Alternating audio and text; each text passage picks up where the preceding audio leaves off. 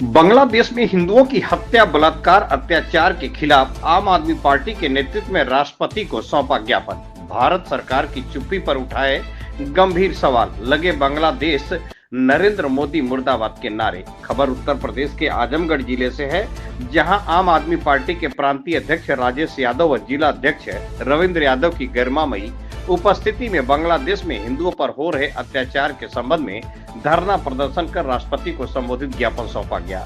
प्रांतीय अध्यक्ष राजेश यादव ने कहा कि बांग्लादेश में हिंदू समुदाय के विरुद्ध लगातार हो रही हिंसा केवल एक देश का आंतरिक मामला नहीं है, बल्कि यह मानव अधिकारों, धार्मिक स्वतंत्रता और क्षेत्रीय शांति से जुड़ा गंभीर विषय है। दुर्भाग्यपूर्ण है कि इतने गंभीर हालात के बावजूद केंद्र सरकार और प्रधानमंत्री नरेंद्र मोदी की ओर से अब तक कोई ठोस एवं प्रभावी कार्रवाई सामने नहीं आई है।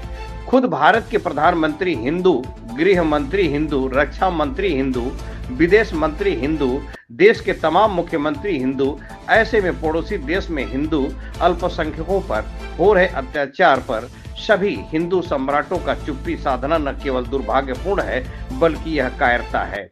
इससे अत्याचारियों का मनोबल भी बढ़ रहा है। ज्ञापन के माध्यम से आम आदमी पार्टी ने राष्ट्रपति महोदया से मांग की है कि वे संविधान के तहत अपने विशेष अधिकारों का प्रयोग करते हुए केंद्र सरकार को निर्देशित करें कि बांग्लादेश सरकार द्वारा हिंदू अल्पसंख्यकों की सुरक्षा की ठोस गारंटी मिलने तक भारत बांग्लादेश के कूटनीतिक एवं व्यापारिक संबंध निलंबित किए जाए। भारत से बांग्लादेश को दी जा रही बिजली आपूर्ति पर तत्काल रोक लगाई जाए।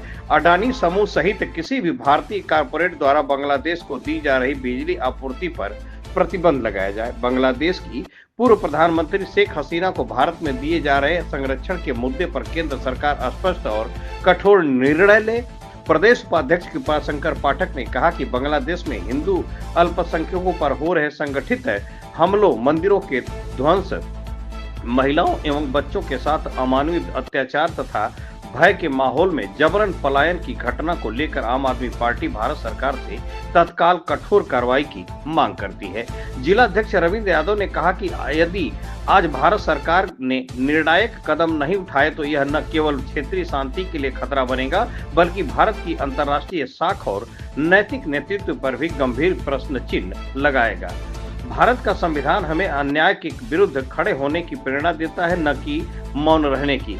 आम आदमी पार्टी ने राष्ट्रपति महोदया से इस गंभीर विषय में त्वरित हस्तक्षेप कर केंद्र सरकार को ठोस एवं प्रभावी कार्रवाई के लिए निर्देशित करने की अपील की है। आज के कार्यक्रम में जिला प्रभारी कमलेश सिंह, शरद चंद्र राघव, हरेंद्र यादव, बाबूराम यादव, राम जन्म यादव, अनिल यादव, रमेश मौर्य, दीनबंधु गुप्ता, उमेश यादव, अमरनाथ यादव, MP यादव, संतोष सिंह, रमेश यादव, अरुण मौर्य, पदम चौहान, छोटे लाल, अंगद यादव, ब्रिजेश मोदनवाल, सोनू यादव, हरिनाथ, रुपेश विश्वकर्मा, पीयूष कुमार, नीबू लाल, संजय राम, वृक्ष यादव, महेंद्र राम, तनवीर, रिजवी, जीवन ज्योति, आशीष मौर्य, रमेश चंद्र, शनि गुप्ता, रानू यादव, उपेंद्र राम, प्रसाद यादव, अजय संतराज, आरिफ खान, जितेंद्र आदि लोग उपस्थित रहे। दूरदर्शन भारत समाचार से सुमित चौहान की खास रिपोर्ट। क्या मामला है जो आज आप लोग कलेक्ट्रेट परिसर में धरने बैठे हुए हैं? देखिए, जिस तरह से बांग्लादेश में हिंदुओं पर अत्याचार बढ़ा है, वहां पर हमारी माताओं बहनों की असमत के साथ खिलवाड़ हो रहा है और मोदी सरकार बांग्लादेश के विरुद्ध एक शब्द भी बोलने को तैयार नहीं है। आज हिंदुओं की सबसे बड़ी सरकार भारत में है। यह स्वयंभू सरकार है जो खुद को महामानव कहती है, जो खुद को अवतारी पुरुष कहती है। हिंदुओं की सबसे बड़ी लंबरदार सरकार, सबसे बड़ी पैरोकार सरकार। हमारा प्रधानमंत्री हिंदू, हमारा गृह मंत्री हिंदू, हमारा वित्त मंत्री हिंदू, हमारा मुख्यमंत्री हिंदू, हमारे कई मुख्यमंत्री हिंदू, हिंदुओं की सरकार, रक्षा मंत्री हिंदू, हिंदुओं की सरकार। लेकिन बांग्लादेश जैसा छोटा देश आज हिंदुओं का कत्ल कर रहा है, हिंदुओं की हत्या कर रहा है। लेकिन हिंदुओं की ये सबसे बड़ी पैरोकार सरकार हिंदुओं की हत्या पर मौन है, जिससे आम आदमी पार्टी पूरी तरह से व्यथित है। आज हिंदू वहां पर अल्पसंख्यक होकर के अपनी जान गंवा रहा है, लेकिन एक भी भारतीय जनता पार्टी का नेता, एक भी भारतीय जनता पार्टी का व्यक्ति इसकी खिलाफत नहीं कर रहा है। और तो और योगी जी कहते हैं, योगी जी का बयान मैंने सुना, योगी जी कहते हैं कि सेकुलर दल मौन है, सेकुलर दल बांग्लादेश में हिंदुओं की हत्या पर कुछ नहीं। अरे योगी जी, आप हिंदुओं के सबसे बड़े नेता हैं, आपके प्रधानमंत्री हिंदुओं के सबसे बड़े नेता हैं, आप तो कुछ बोल ही नहीं रहे, बांग्लादेश के खिलाफ कोई एक्शन लेने को तैयार नहीं है। आपको सिर्फ हिंदू भावनाएं भड़का करके सरकार बनाने से मतलब है, हिंदुओं से आपको कोई मतलब नहीं है। हिंदुओं का कत्ल हो, हिंदू की जान चली जाए, हिंदू का अपमान हो, इससे आपको कोई मतलब नहीं है। भारत में देख लीजिए, जितने कितना भी हिंदू, अभी देखा आपने अंकिता भंडारी के साथ क्या हुआ, इन भाजपाइयों ने क्या किया। आपने देखा अभी कि किस तरह से मेरठ में एक दलित बहन को उसका मर्डर करके उसकी बेटी को अगवा कर लिया गया। तो यहाँ भी हिंदू सुरक्षित नहीं है, सीमा पार भी हिंदू सुरक्षित नहीं है। कैसे हिंदुओं की जान बचेगी? सबसे बड़ी सरकार हमारे देश में चल रही है, कैसे जान बचेगी नेताजी हिंदुओं की, और कैसे सुरक्षित रहेंगे? बोलना पड़ेगा, लड़ना पड़ेगा, और लड़ने वालों को सरकार में बैठाना पड़ेगा। ये फर्जी लोग हैं, ये सिर्फ हिंदू भावनाएं भड़का करके सरकार बनाने का काम तो कर सकते हैं, लेकिन कहीं भी हिंदुओं के साथ अपमान हो रहा हो, कहीं भी अल्पसंख्यकों के साथ कोई दुराचार हो रहा हो, तो ये बोलने वाले नहीं है। और जानते हैं मेरे मित्रों, इसके पीछे सबसे बड़ा कारण क्या है? इसके पीछे सबसे बड़ा कारण ये है कि हिंदुओं की सरकार अगर होती तो हिंदुओं के कत्ल पर इनका खून उबल जाता। दरअसल ये कारपोरेट जगत की सरकार है, अडानी की सरकार है, अंबानी की सरकार है, व्यापारियों की सरकार है। अडानी आज भी बांग्लादेश को बिजली सप्लाई कर रहा है, और उसकी बिजली का बिल, उसकी बिजली का भुगतान न रुक जाए, इसलिए मोदी जी हिंदुओं के कत्ल पर मौन साधे हुए हैं। इनके व्यापारियों का बिल का भुगतान न रुक जाए।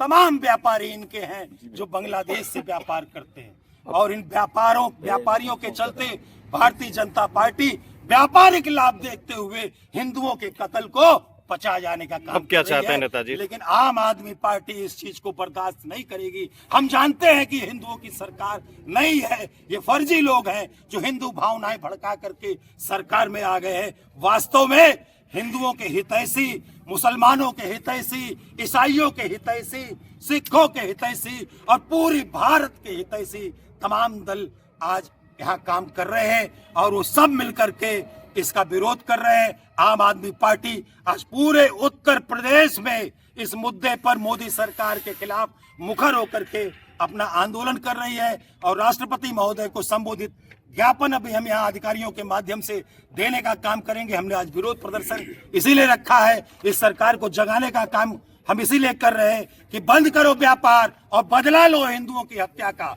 बंद करो उनसे ये अनैतिक व्यापार, बंद करो चंद रुपयों के लिए हिंदुओं की हत्या बर्दाश्त नहीं है। चंद रुपयों के लिए, चंद व्यापारिक रुपयों के लिए अगर आप पूरे हिंदुओं को बलि, आज आप जुट करके और मोदी सरकार को जगाने के लिए उनके इस कुकर्म को, इसको हम कुकर्म कहते हैं कि तुम व्यापार के लिए हिंदुओं की हत्या को पचाने का काम कर रहे हो, जो आम आदमी पार्टी बर्दाश्त नहीं करेगी। बहुत बहुत शुक्रिया, बहुत बहुत धन्यवाद। तत्कालीन प्रधानमंत्री स्वर्गीय इंदिरा गांधी जी के समय में पाकिस्तान के उस मंसूबे को कुचलते हुए जिस तरीके से उनके देश का एक विभाजन हुआ और बांग्लादेश बनाया गया, लेकिन लगता है कि कहीं न कहीं हिंदुस्तान के उन आवाम तथा उन नेताओं से जैसे लगता है कहीं से गलती हो गई।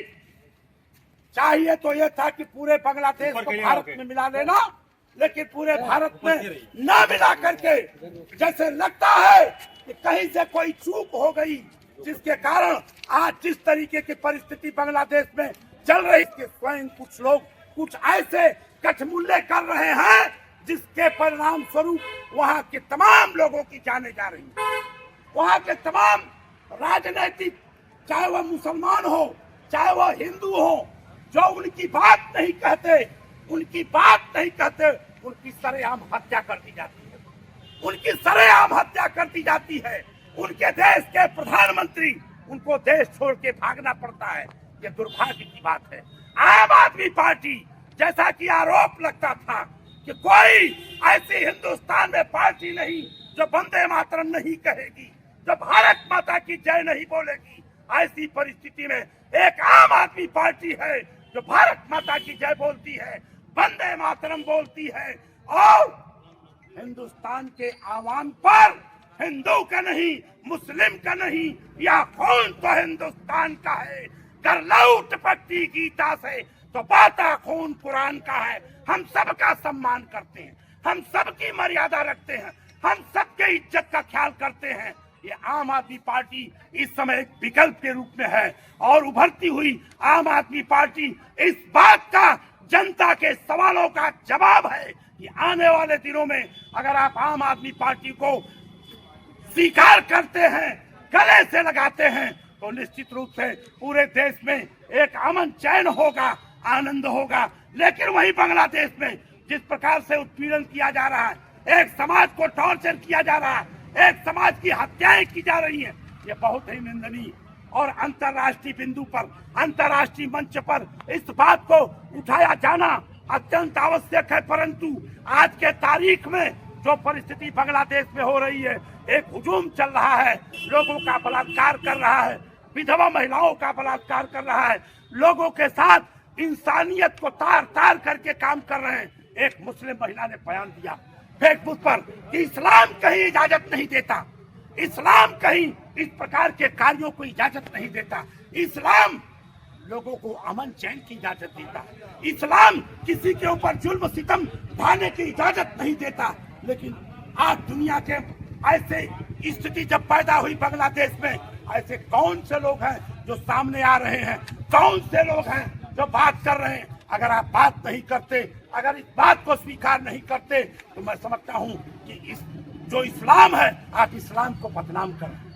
मेरे सामने हम लोगों के बीच में जो आम आदमी पार्टी के जिलाध्यक्ष भाई रविंद्र यादव जी हैं, मैं उनका स्वागत करता हूं।